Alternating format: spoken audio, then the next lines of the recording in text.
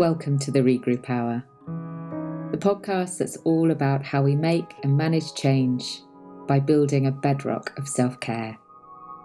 Self-care that comes from self-awareness and self-compassion.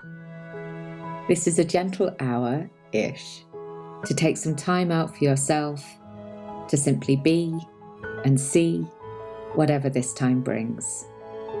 It truly is an opportunity to regroup. How many times have you observed in yourself or someone else a desire to justify something that you're doing that you know is really benefiting you, really serving you, but that you suspect the other person won't quite get?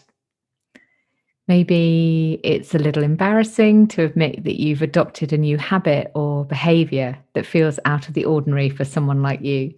Perhaps in your family, in your community, in your friendship group, or even in your culture, these things aren't the norm.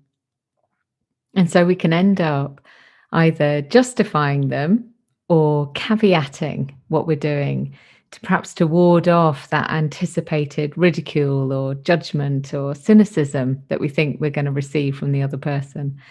And I've definitely heard myself doing it.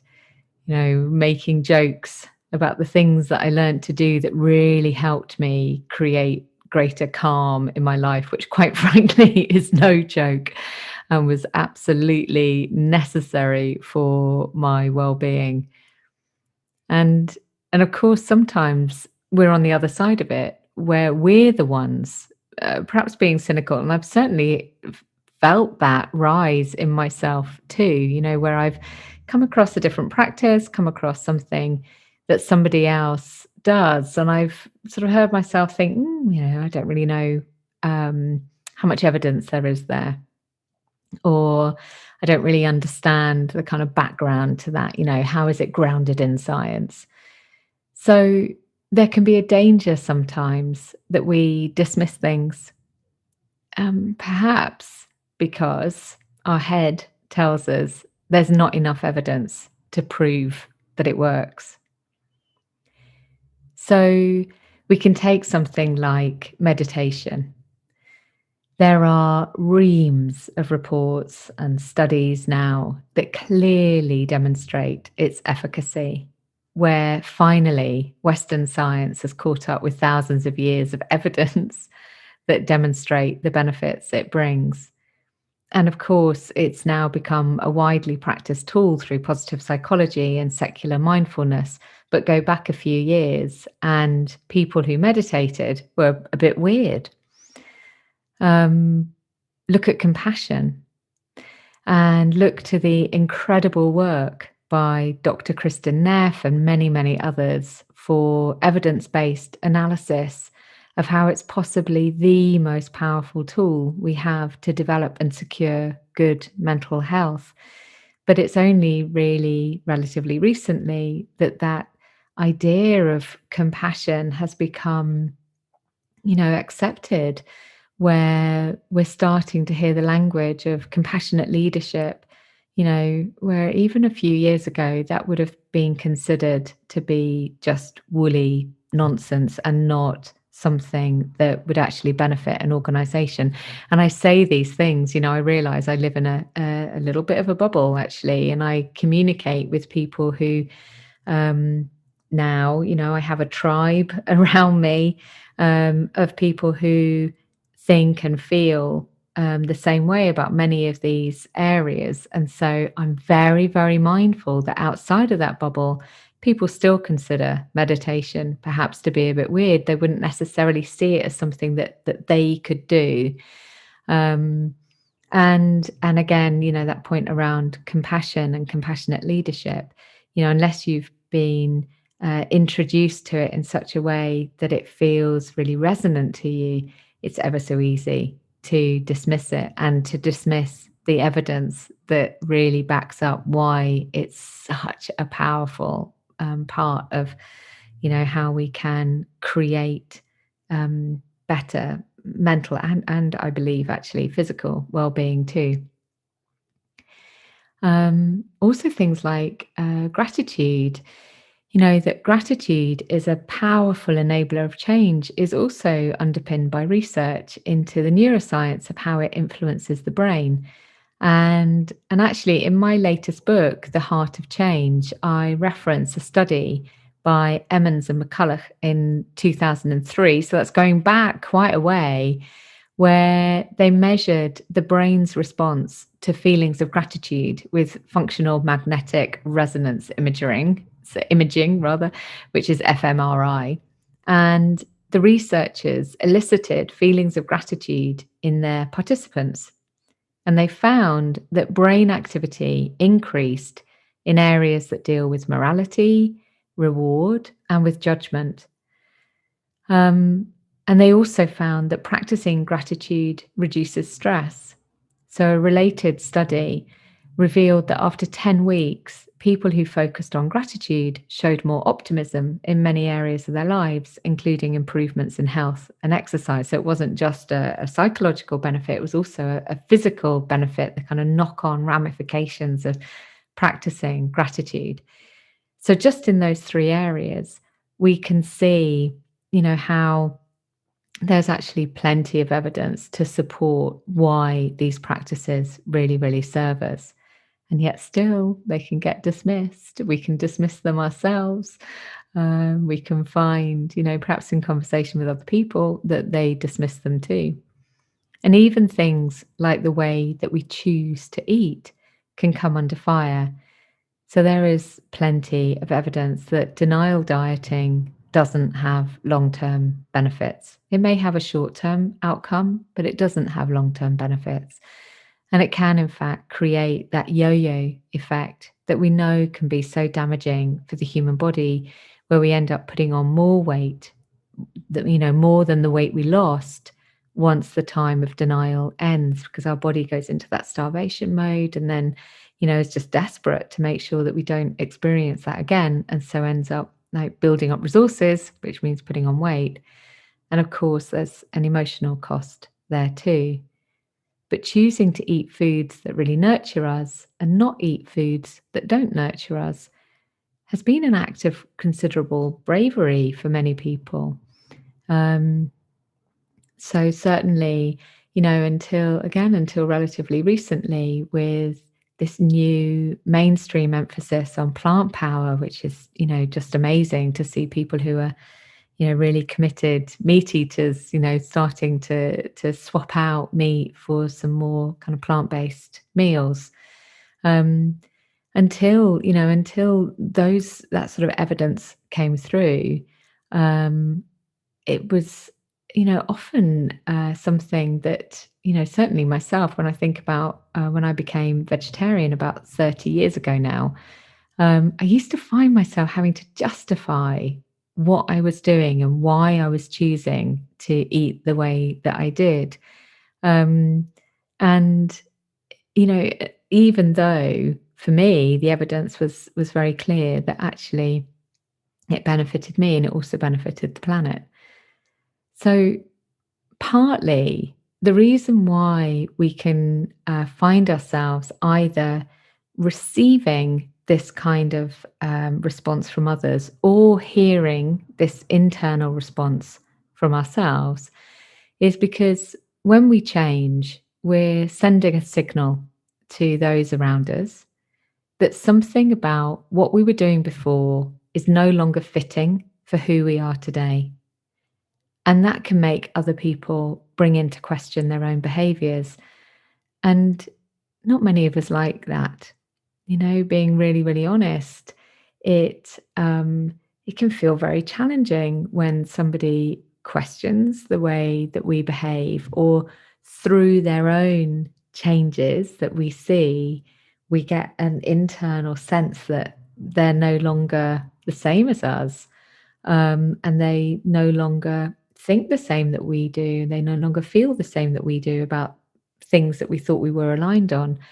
And so that can be met with deep resistance. And then that can be expressed with cynicism, with judgment, with justification, or the demand for justification. So when we notice it inside us, when we hear ourselves resisting something that perhaps another little quiet voice is saying, that's quite interesting. Another little quiet voice inside us is saying, that's actually quite interesting. But we have this dominant, critical voice stepping in. Um, what's getting in the way? What's happening here? Well, my sense is that sometimes we dismiss things, saying it's not scientific, perhaps from a very traditional Western science perspective of needing things backed up by numbers and proof. But really, underneath that, that very critical voice might simply be scared of putting in the work, or even scared of what the outcome might be if we do put in the work, a sort of fear of the unknown. And of course, it's not easy, this path of creating deeper self awareness. It requires time and it requires attention and it requires a willingness to experiment with things that perhaps feel a little unusual, back to the points I was making earlier. And on the face of it, if someone could give us a pill to make the changes that we think we want to make, then that could feel like a much more immediate route. You know, medicine, it's been backed by double blind trials, so it must be good. It must be, that's there's evidence there. But while some of these like seemingly quick fixes can work, of course they can. And it's really important not to dismiss medical interventions out of hand, just as it's important not to dismiss other traditions out of hand. Quick fixes can end up being a sticking plaster over a deeper need. And to really resolve things, to make long-term changes, then, it may be that we need to go a little deeper. And that's really often what scares us. I know my own experience, I think I might have shared this before actually, but I was hypnotized, I don't know, several years ago to stop smoking. And then I went back to the same hypnotist, a wonderful woman called Juliet. And if you're looking for a hypnotist, I'd happily recommend her. I went back to her and I said, I just would like you to hypnotize me so that I make better food choices. And I had a long consultation with her where we talked about what that meant. And she helped me kind of unearth a little bit more about how I felt about food and where some of my stories, my internal stories about food were coming from. And she quite rightly identified that the need was not for me to be hypnotized with some magic spell over me to make better food choices. Actually, what I really needed to do was go deeper. I needed to address some old family stories. I needed to address my, quite sort of desperate lack of self-care. And I needed to address my lack of self-esteem, actually, which for people who've known me for a long time can sound a bit weird because, on the outside, I've always seemed very confident, but inside I felt like rubbish a lot of the time. Not always, obviously, but, it was there. And I thanked her at the end of the session. I said, well, that's really interesting. And I never went back because I was terrified about what we were actually going to uncover if we carried on working together. And instead, I took the very slow route and spent the next kind of 4 or 5 years probably doing the work that we could have done in a series of months. But that was the path I took, and I'm very grateful for it actually because it's brought me here. But recognizing that this fear about going deeper can often be what scares us is really useful, I think. We can worry that once we face into old wounds, old pain, old sorrows, that we won't be able to turn away again. That these pains that they'll engulf us, but it doesn't need to be that way. And I think this is so important. I did not understand when I was in that session with her. I trusted her. I think she's an amazing hypnotist. She's a psychotherapist, but I didn't really understand that actually I could go through this process with her at my own speed. And so it's one of the things that I'm very keen on all of my clients understanding, that this is our own process.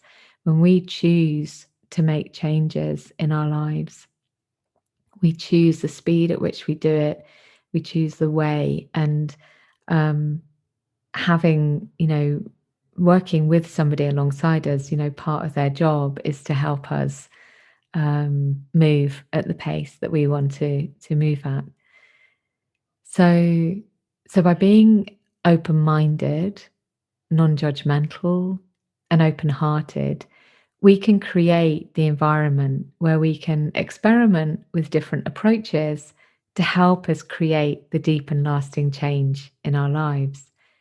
So instead of looking for a quick fix or looking for something else or someone else to fix us, that word fix, it's a big one.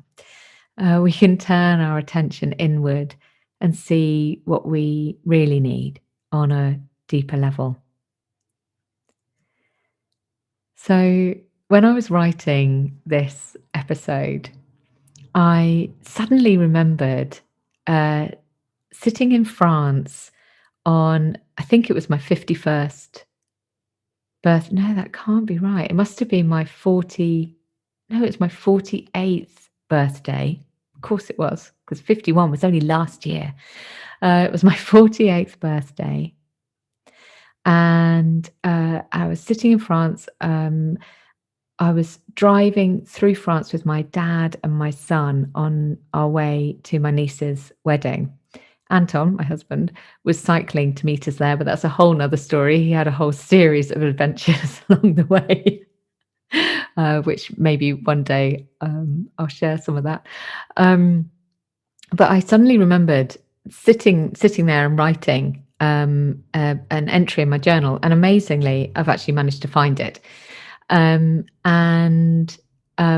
this extract is related to this need we can sometimes have for proof. And it's all about how we can become obsessed with numbers. And I remember that this came up for me at the time because I realized I was becoming too focused on how many days I'd been journaling for. So if you've listened to the podcast before, you'll know that rather than write the date at the top of my journal entries, right from the very beginning, I've just written day 1, day 2, day 3.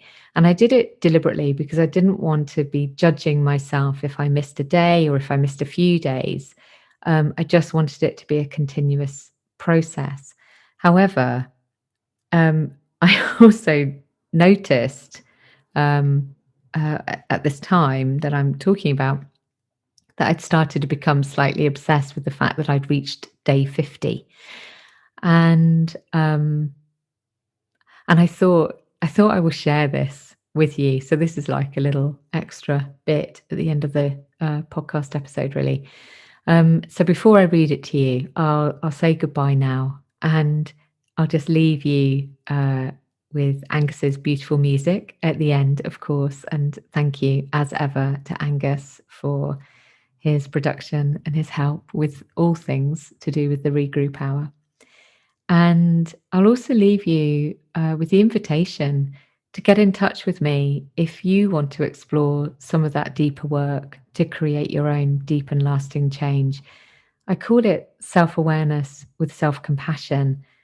And if you prefer the idea of working through things on your own, which I also really recognize, and I know that that for me can be a really useful process, then take a look at The Heart of Change. So my latest book. It's very interactive. I love a book that you can write in, and that's what I wanted to create here.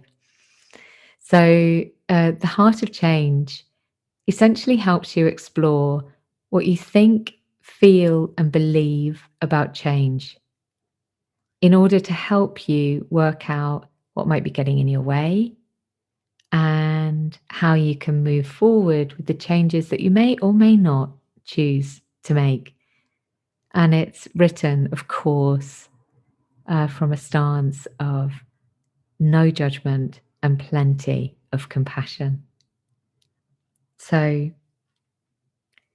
I send you a hug and a wave, and I'm now going to read to you from day 50 of my journal. Some of this might not make sense, by the way. I'm gonna read it unedited. So, day 50. Why do these days seem significant? This numbering, counting, recording. When does it just become something that is done instead of measured? It's like time or age or wealth or friendships, this measurement, assessment, referring one against another, and maybe, almost surely, finding one wanting. Meditations can be measured, a marker to say, well done on achieving 10 days or 20 days or 200 days. But why is that helpful? Does it give us a vicarious thrill to see our stats go up and compare them to others? Just as with age, when we're young, we love the superiority of being 10 when our best friend is still just 9. What is this thing? I'm struggling. So, there's something about stats. There's something about wanting to compare ourselves against others, but it gets wrapped up in success and is called things like encouragement or goal setting or hitting targets. But I don't want to hit anything. I just want to be. I just want to be able to understand what's happening today instead of looking back over past achievements or future ambitions. Is that right? I'd never noticed this before, this need for numbers, as though unless it's measured and counted, it's somehow valid. It's not somehow valid, rather. But I don't think you can quantify love or happiness or joy or friendship or peace or balm or soothing kindness. I don't think any of these things, these really, really important things, can be measured, though I expect people have tried. Even the Institute for Happiness quantifies happiness, and I expect that does some good in some way. It probably validates it. Well, if you can measure it, then it must be real. But we can't measure the way the air feels when it brushes our skin on a warm sandy beach in June. We can't measure the upswell of love we have when we see someone we adore turning a corner and walking towards us on an unfamiliar street. This is all about owning things. That if we can measure it, then we can in some way control it. We can make sense of it. And it's become the language of business. Everything is referred to in quantifiable terms. And while lip service is paid to the importance of qualifiable matters, it really doesn't count. Ha ha! And there it is. Even the language we use to dismiss something is in the language of numbers. It doesn't count. So just because you can't measure it, it is meaningless. Bullshit. I hesitated to write that word as this is a special place, but it felt appropriate. Nonsense. And that is a much better word. It literally makes no sense. And that can't be measured. Or can it? Oh Lord, I expect it can. Of course it can. IQ test for one. Anyway, where was I going with this? I think it was that numbers do help us make sense of the world. They help create order out of chaos. And they do give us a means to measure success. But they're also a trap. If we only ever measure in numbers and bypass feelings and intuition and instinct, then we lose touch with the stuff that really matters, and we become obsessed with passing time, money earned or lost, numbers on a weighing machine, or amounts of days journaled. I always end my journal by writing thank you with 3 kisses. So, thank you. Kiss, kiss, kiss.